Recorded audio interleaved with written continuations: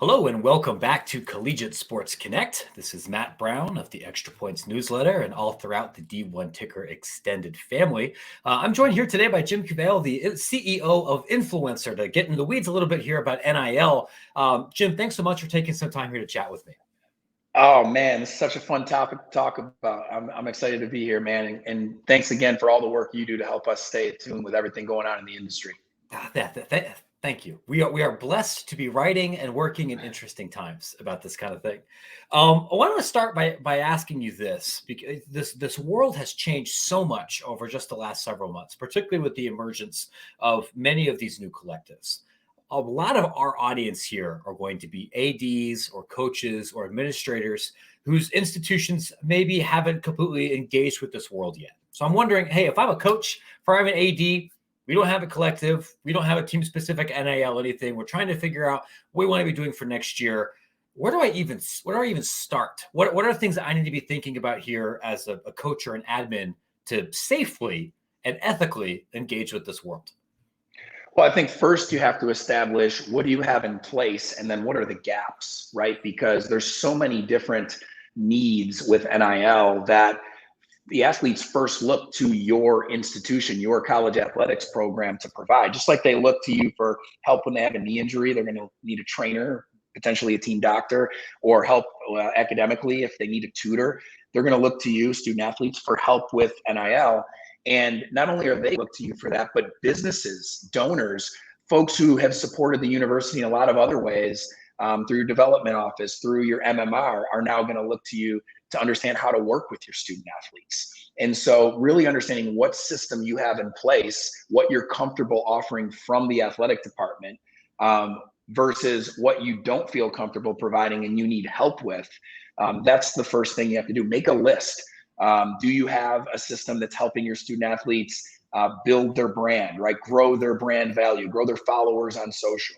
Do you have a system that's helping your student athletes receive and access education around NIL, whether it's videos, articles, on-site education about financial literacy, about negotiating their deals, about what it takes to build their brand, and what examples of NIL are, right? Like, do you have that available?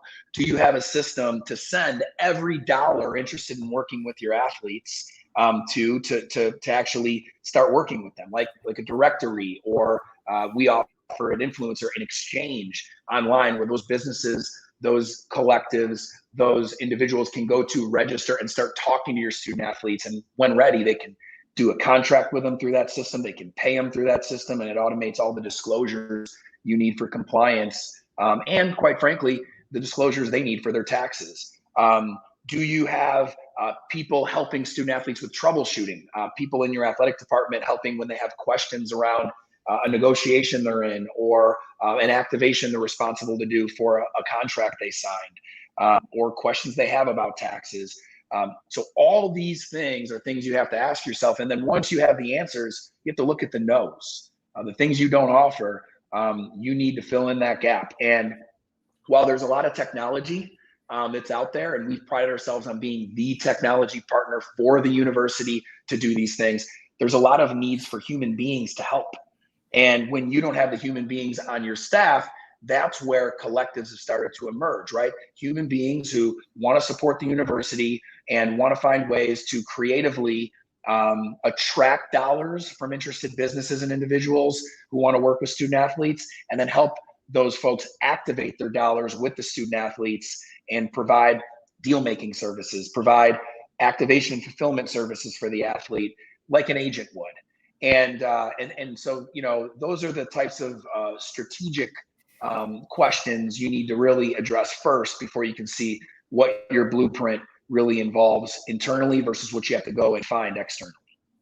I want to talk about how you respond to those no's there for a second, because I was been thinking a lot about this conversation I had with a mid-major coach recently whose institution doesn't have a team-specific exchange or any kind of collective, and is a more modestly resourced institution, like many of my readers, many of the listeners here for this video, and the coach was saying, well, I do have a couple of donors who have money and are motivated and interested in helping not just our athletes, but our department in general.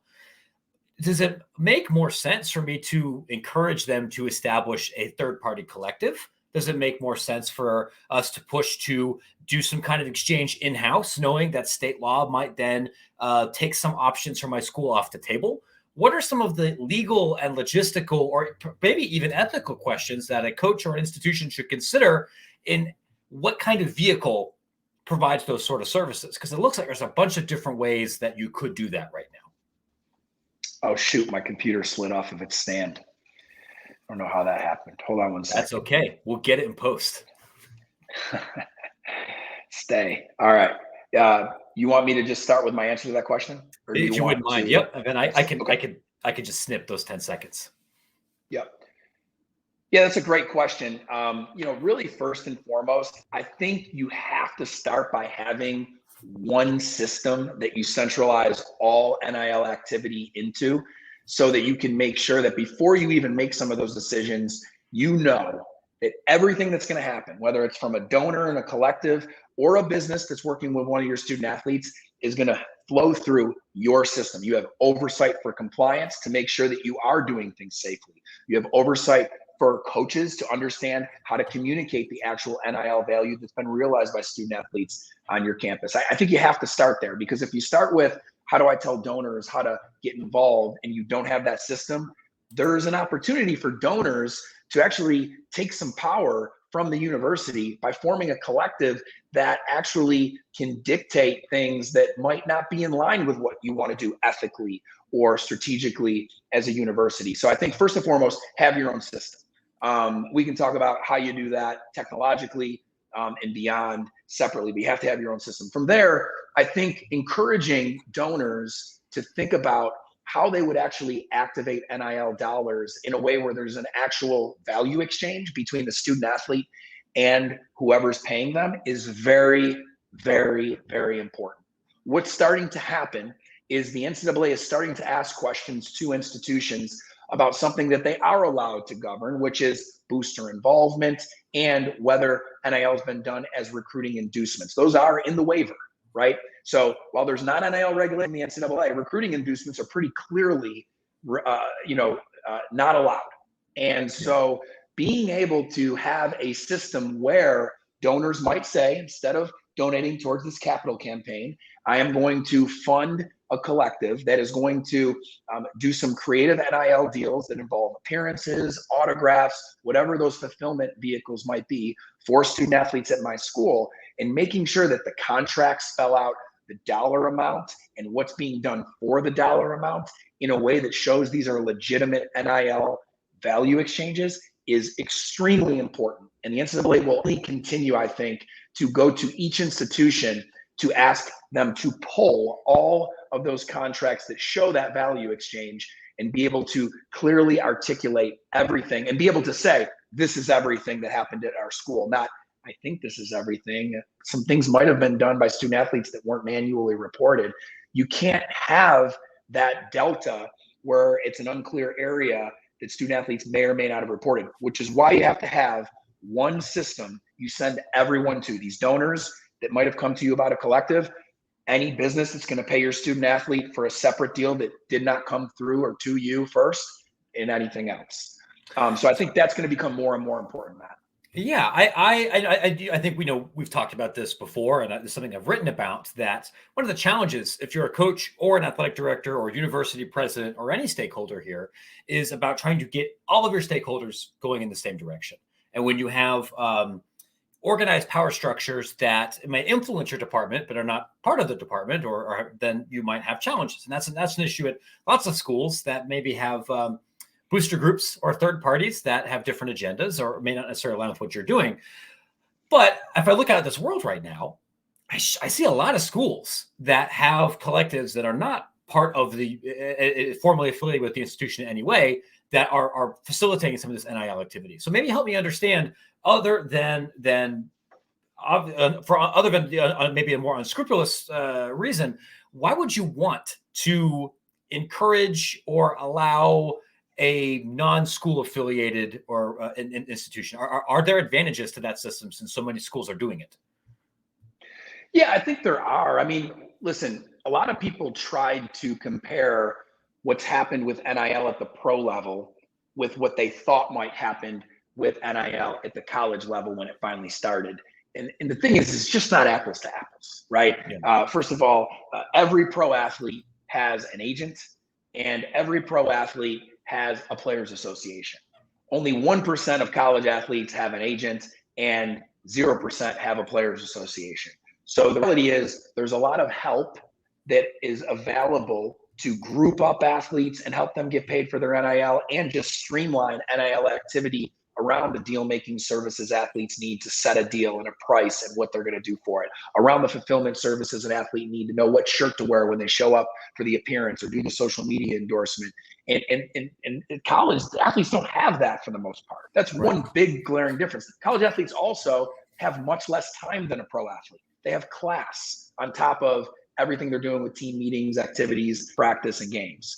But another huge difference is these fan bases at schools are much more potent and just different than fan bases for pro teams. I mean, just look at attendance size and engagement at a pro sporting event versus the University of Michigan stadium, or, you know, another example you could fill in the blank on with college. Sure. And that alum aspect and the compound effect that happens from graduating a new set of alumni every year does create a reason, I think, to figure out how to activate those folks with NIL and say yes to the question you just posed, which is, should I say no to donors or supporters being involved, or should I say, yeah, you should say yes, but you should be dictating the conversation. You should be letting them know, here's where you go to find our athletes. Here's how you communicate with our athletes. This is our system we built for that. Here's how you contract with our athletes. This is our template in our system that you'll use to spell out what you're going to pay them, what they're going to do for it. Because we have to have that, not only from a contractual standpoint, but also because the student athlete needs to disclose to our compliance department what they're doing so we can show it when we're asked. Here's how you pay the athletes without them having, or you having to pay a big transaction fee and actually lessening the amount of money they're going to experience. We don't charge a transaction fee as a university, so you can use that. Here's how you help the student athletes pay their taxes. And so now you're in this conversation. You know who else is in it? The MMR, the licensing folks, all these groups, the coaches that are fragmented right now from what's happening with NIL are now in one system, in one conversation, seeing what's happening. And instead of this collective or donor effort happening on an island, it's happening within your system, so you can help keep it in regulatory places that you want to keep it in, and ultimately empower them and your student athletes to do things the right way. When that's not happening, and it's not happening enough right now, there's a lot of problems that can occur that I think schools are not paying attention to, and these problems could become pretty big pretty fast. What are some of those problems? I mean, the obvious one, I think, would be that some kind of regulatory body, be that the NCAA or the IRS or somebody, gets involved and levies some sort of penalties. What are other kinds of potential organizational or otherwise problems that could be occurring? Yeah, so I think number one, we've always seen this kind of hushed down threat of boosters having a hidden power at universities and being able to kind of call shots, even though there's an athletic director that's leading the charge. Like, it's already hard enough to be an AD, right? You have the board of regents, you have the president's office, you have a lot of bosses, a lot of people to answer to while you're trying to set a strategy for your athletic department and make sure that your team helps execute that strategy. Now you have a collective that could be looked at as another boss, because they're out there actually setting deals up with athletes that are going to be part of what recruits and even current student athletes look at as their additional opportunity at your school. So it'll be involved in attracting or detracting student athletes from your school. And of course, that plays into wins and losses. And so, like, we talk about NIL as if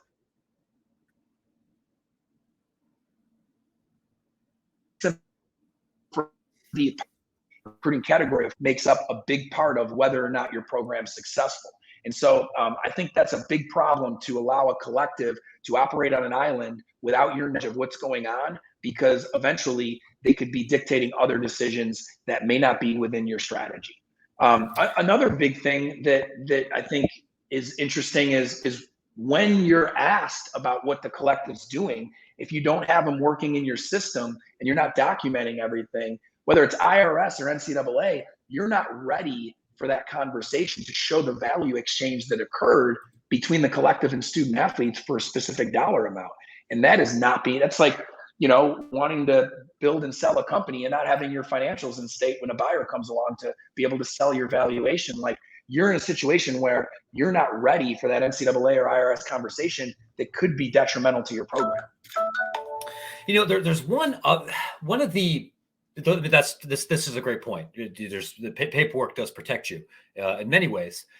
A lot of what you've talked about, if I'm hearing this correctly, has been about finding ways to eliminate inefficiencies on the school and the athlete and the other stakeholder levels. How to allow the school to provide more information, how to get MMR entities involved, how to make these engaging in these transactions a smoother experience. The one stakeholder that I didn't really hear mentioned, that I hear a lot of complaints about, is on the brand side, where a brand has no idea what to charge. They don't really know where to look for an athlete. They don't know even what influencer marketing might be or how to engage in that process. Is there a software or otherwise solution to address that part of this ecosystem that might be a hang up in helping athletes? Yeah, I mean, that's the best part about, having your own system, is it's a place to send those folks to be able to have conversations with student athletes, but also in the preliminary case, be able to search athletes based on sport, based on major, based on social media following. A lot of times brands don't even know who exists at a certain school, and they can discover opportunities for athletes they'd actually really like to activate with based on just having a system they can go search for athletes on a multitude of criterias that they care about when they're thinking about who they want to partner with to promote their products. That's going to help them with valuation, but it also helps streamline things. Another hurdle for brands is, how do you even get in touch with an athlete? A lot of them just try to DM the athlete on social, but athletes don't really know who's who. They don't know who's vetted, who's legit. And a lot of times they just don't respond.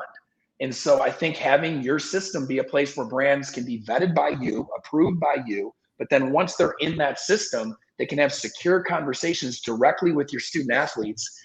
They can ask permission to your student athletes to get their contact info and not just try to find it somehow and